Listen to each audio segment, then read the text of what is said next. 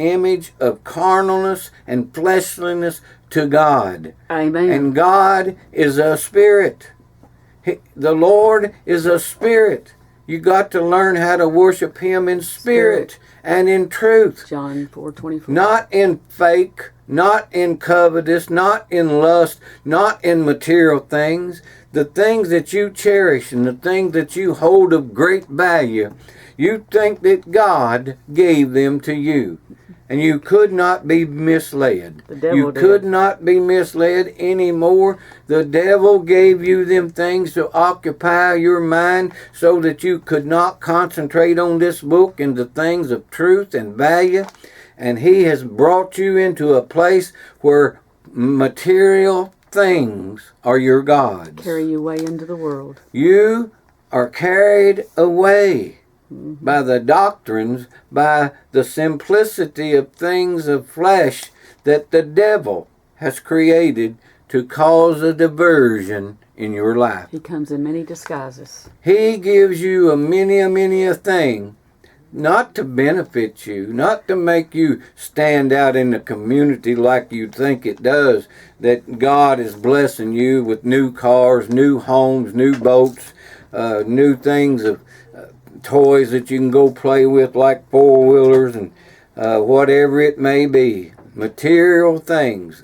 There's absolutely millions of them, and the devil most of the time owns the dealerships. He owns them, the patents on them, and all of them are created by the devil, for the devil, so that he can put them in your life so that hopefully you'll get killed on one before you ever meet Jesus. That hopefully you can get hurt on one, and that it will affect your ability or your attitude in searching for the truth. Listen, the devil is clever, and the devil has power. He has the ability to sow a lot of discord in every person's life out here.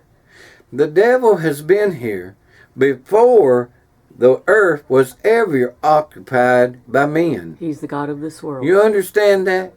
The devil was put here on this planet as a punishment, kicked out of heaven, and all of the third of the host of angels that he deceived, that he was given rule and authority and dominion over, that God trusted him with, they were all put here.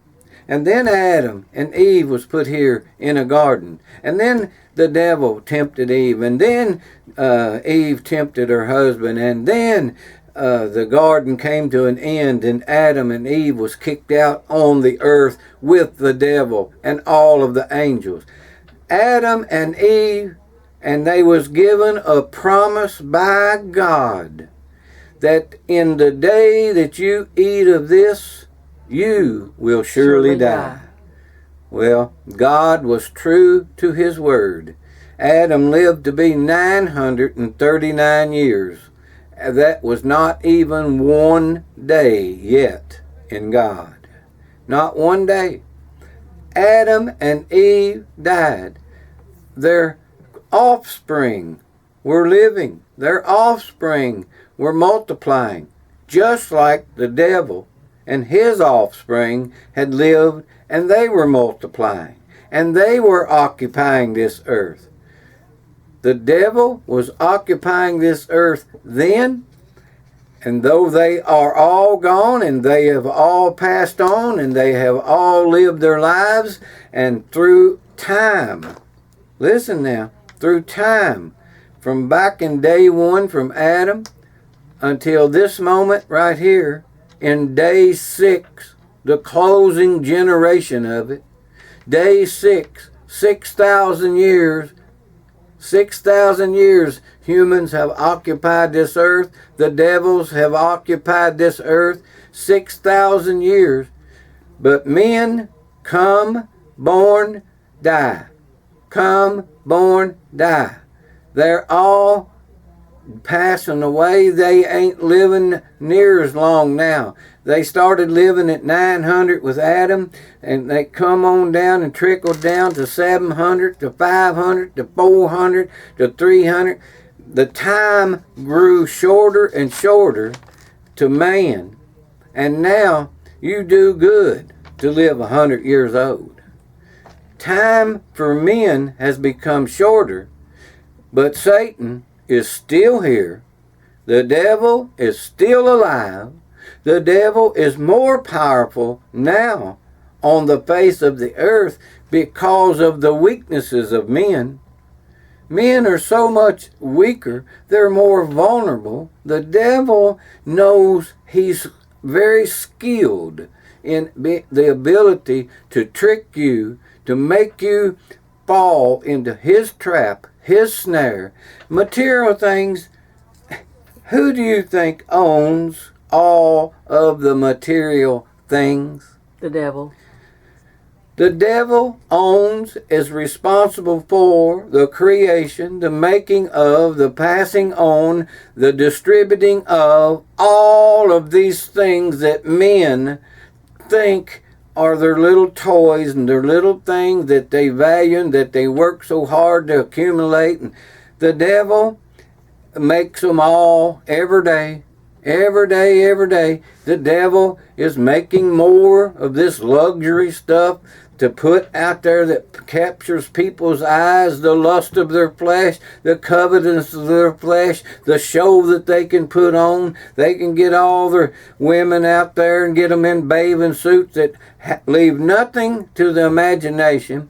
They can get them jumping off of boats, and they can get out.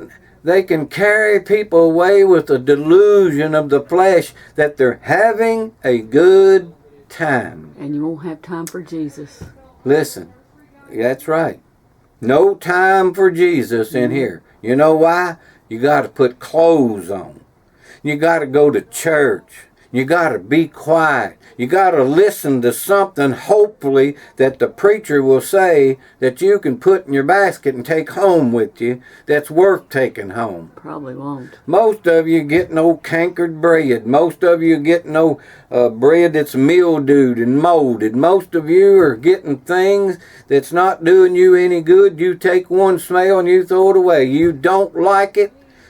That's what the devil is doing today. He has polluted what we would understand to be not really, but God's house. Those natural buildings are not God's houses. Satan's. You know what God's building is? You. Your body. Your body is the temple of the Holy Ghost, and that Christ, the Spirit of God, lives in you, His people. You ask Him, you talk to Him, you open yourself up to Him and tell Him to give you of His Spirit. Come into your body and live, to guide your life, to make things right, to show you the truth so that you won't be deceived. Listen, the devil is clever. He's been alive since day one. He has mastered the plan of people being multiplying and coming into earth and been born and lived and died. But he has mastered things that has captured their attention. Most people passing through life have got all of the what we would call the luxuries. They've got houses, they've got boats, they've got automobiles, they've got cars, they've got things of four-wheelers and SUVs, they've got Winnebagos, they've got everything that can capture their imagination that makes them think if they could just have one of them, that they would be so happy. Listen, neighbor. All of the material things of this life are going to be burned up.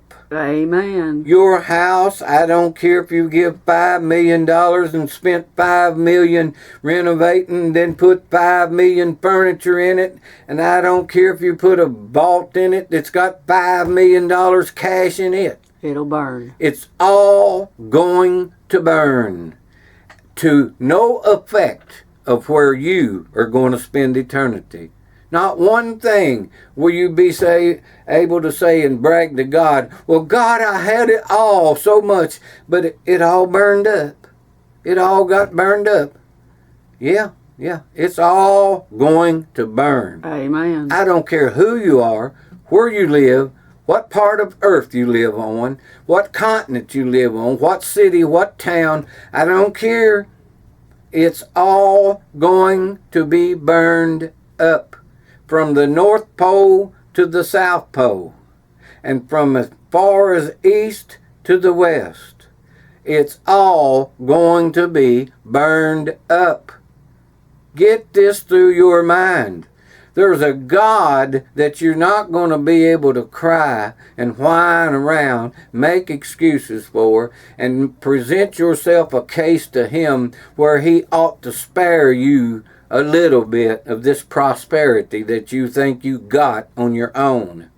No, the devil gave it to you. The better that you serve the devil, the more he opened up his bank. Mm-hmm. The devil, you're being manipulated. You're being carried away into a delusion of materialism, and you're caught up and think that it's all you. Listen, nobody in their right mind would go out and spend 10, 15, 20, 25, 30 million dollars in foolishness. Surely not, with all these hungry people and all the needs that people that are poor and situations, especially that we have on earth now, about this coronavirus and about the things that are going around and the things that it's causing. What's causing all this rioting? What's causing all these things that's going on is the devil, friend. It's all of Satan. God ain't got a thing to do with none of it. And all of it's leading up to the protesting. It ain't peaceful protesting. It's a bunch of looters and violators and people that are evil and wicked, and they're just wanting the earthly, wealthy, fleshly stuff out of it. And they're hiding behind the disguise of you that are out here trying to do what you think is a legal protest. Listen, we have lawmen. We have prosecutors, we have people in the judicial system, we have judges, we have things appointed, we have got all the bases covered. Let the people that you elected, let the people that you put in office take charge in these situations. Let them earn their money for once. Let them do their job for once. Let them get out and deal with the hardships and the things that this is causing, and let them work it out.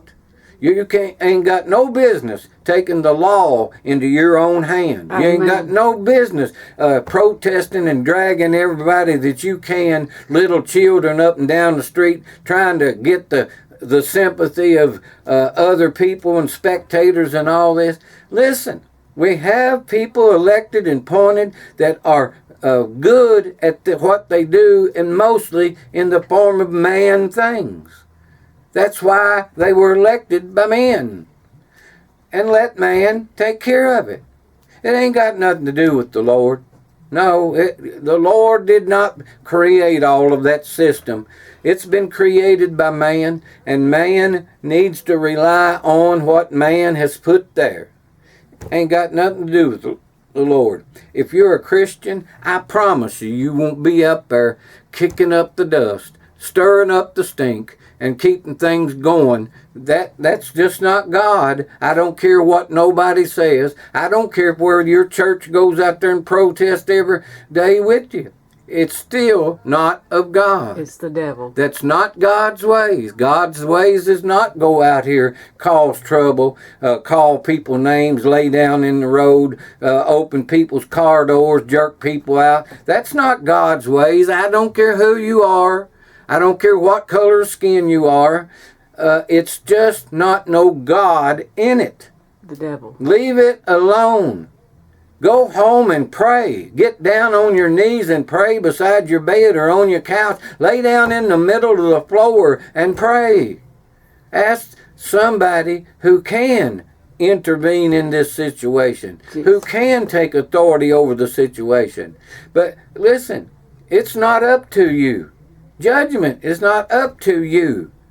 Judgment is up to God. And the people that are doing these evil, wicked things that they should not be doing, all the protesting and lies and deceptions and the murders and all the robberies and things that's going on, it's going to be rewarded one day by God. And God's going to put every one of them in hell. Amen. Not a one's going to make it out of all of that and go to heaven. Friend, you're mixed up. You're turned the table here. You're working for Satan. You're working for the devil. And you have no idea what you're doing. You're just causing confusion. You're actually causing a lot of innocent people, persuading them to fall in to back you and support you in your little evil, mischievous deeds. Amen. Listen, leave it in the hands of Jesus. Let me just give you a little bit more advice. All of our police officers have been trained. All of our police officers have went through schools, and they've been to this and that and the other to make themselves better police officers, not just to pick and choose whom they're going to stand up for. Now listen, I understand police officers are human, and I understand they can make mistakes, and I understand some police officers are nothing but thieves and robbers and even rapists. They're things that they do to people that they pull over and swap out the charge for sex or whatever they may be. I know police officers have they're fleshly and they're carnal, and they have the ability to have these things in their life. But on the general, on the whole, most police officers, black, white, Asian, whomever they may be, in race or color, listen, most of them still have a bit of honesty about themselves. Amen. And the way they conduct themselves. When you are pulled over by a police officer, obey that police officer. If he says get down on your knees, get down on your knees unless you're standing in a water hole knee deep. Obey what the police officer says. If he says put your hands behind your head, do it. It's not going to cost you nothing. It's not any imperfection in you that you're giving in to someone and obeying somebody. We need to obey them that have the rule and authority over us. And do it. And if they're genuinely a police officer, or they're a person of the court system, or if they're a person in society that's supposed to defend whomever comes before them, black, white, Asian, whatever, if they are honest, they will do the right things. But I'm telling you that in order to protect what sanity that we have and what we have with each other, listen, confidence in human beings has been lost every day. A lot of people are losing confidence in our whole system. That's why everything's going on trial. That's why mayors and governors and things are not being listened to. The authority that they have, they're not being paid attention to. Listen, you elected them. The majority of people, you elected them. Now live with it and do what they say and urge others to do the same thing. Is it worth getting shot over for not wearing a mask? Is it worth getting shot over because you don't want to get on your knees when a police officer says get on your knees because he's afraid you can outrun him and the only way he could stop you is shoot you? Listen, just use a little common sense.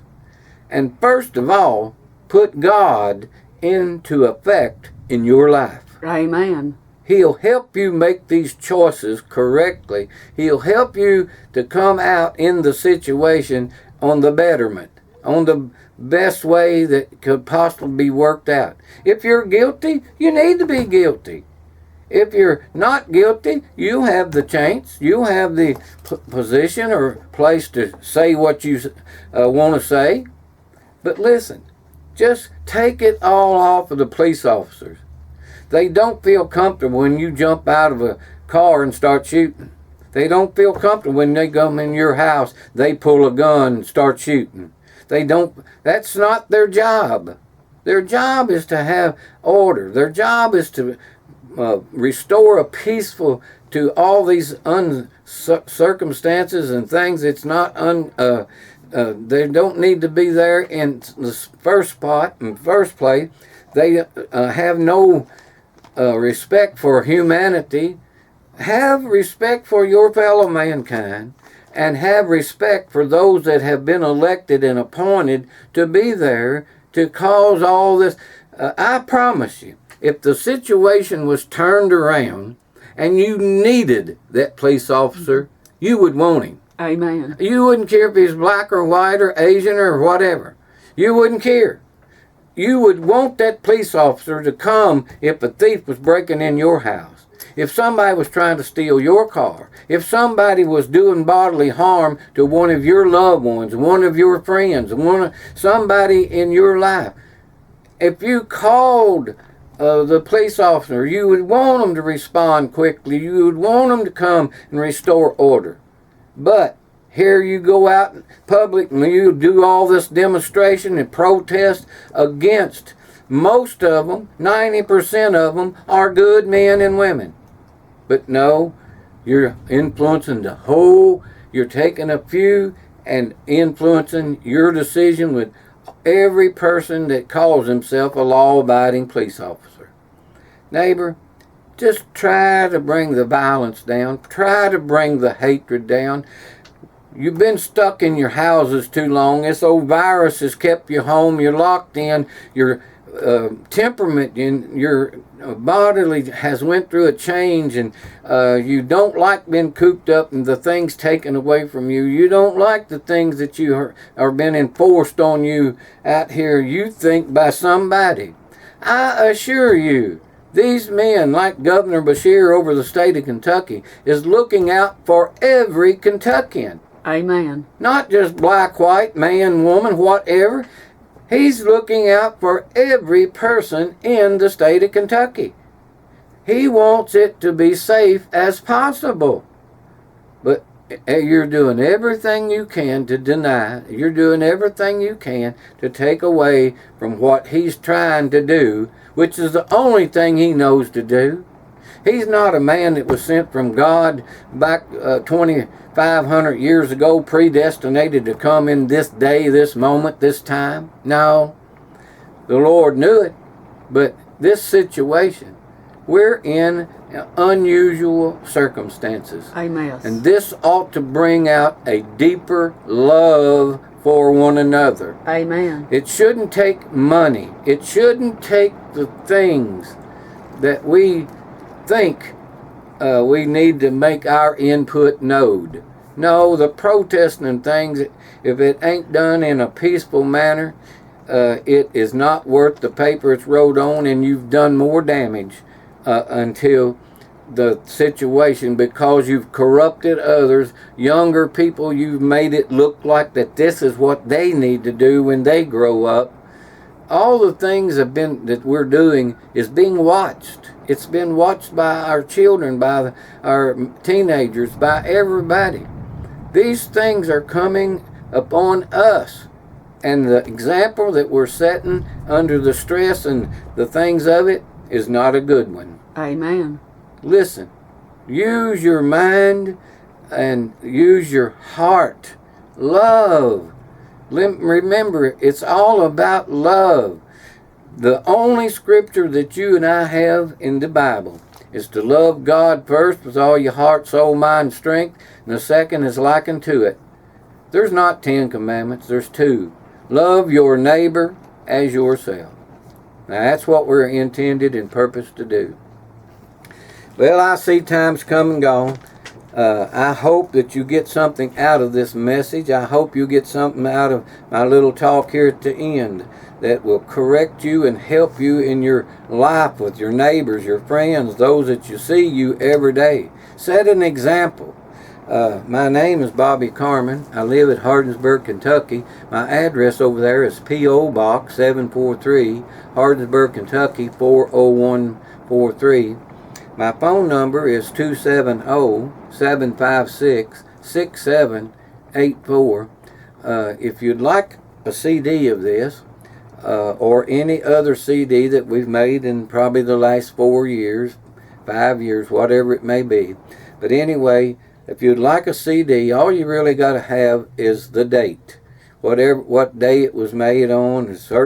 We date them all, and you know, if it was made like today, will be 7/12/2020.